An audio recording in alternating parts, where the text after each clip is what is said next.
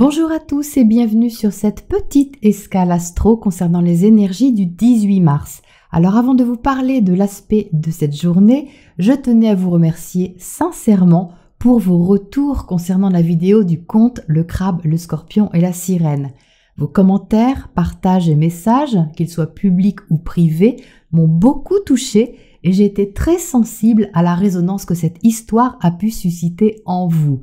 Alors c'était une expérience narrative tout à fait nouvelle et surtout non préméditée, donc vos réactions ont été une belle surprise. Certains m'ont demandé si j'avais d'autres contes de ce type. Eh bien non, pas pour le moment puisque c'était le premier, mais je laisse cette porte ouverte avec plaisir en tout cas. Donc encore merci à vous pour cet échange. Alors pour revenir à notre ambiance du 18 mars, nous sommes invités à ressentir un sextile Vénus-Pluton. Vénus, c'est la planète de l'amour, des sentiments, de la créativité. C'est tout ce qu'on aime, tout ce qui a aussi de la valeur pour nous. En Poisson, la créativité est inspirée et connectée à notre ressenti. L'amour, quant à lui, est idéalisé, quelquefois lointain ou inaccessible, mais les sentiments sont fusionnels et surtout romantiques. Ils peuvent même être gardés secrets. Donc en aspect harmonieux à Pluton, planète de la transformation des attachements et de l'intensité, on peut se sentir davantage passionné par quelque chose, que ce soit une activité artistique, créative, spirituelle ou que ce soit quelqu'un. Mais alors dans ce cas, ça peut être particulièrement caché et quelque peu mystérieux. Cet aspect me fait penser à d'intenses murmures. On n'est pas ici dans une explosion affective, relationnelle, créative, assumée au grand jour, sauf si elle est orientée vers un collectif ou une cause humaniste par exemple. On peut au contraire se trouver dans une sorte de volcan intérieur où la chaleur se ressent sous la surface et pas de manière visible. Si on a des choses à exprimer, on le fait à voix basse. Si on a des sentiments à partager, on le fait en cachette.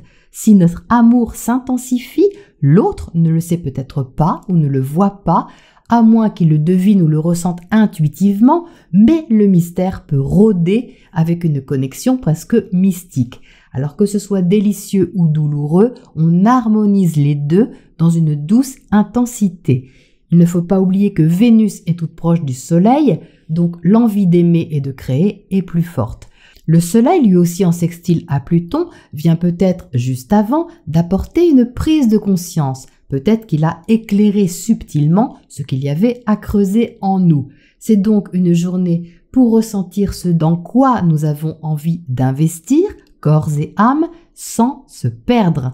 Une journée pour écouter nos sentiments intérieurs et apprendre à concilier nos peurs avec un lâcher-prise qui nous aide à nous transformer et à nous ouvrir à quelque chose de plus vaste qui peut nous aider à guérir.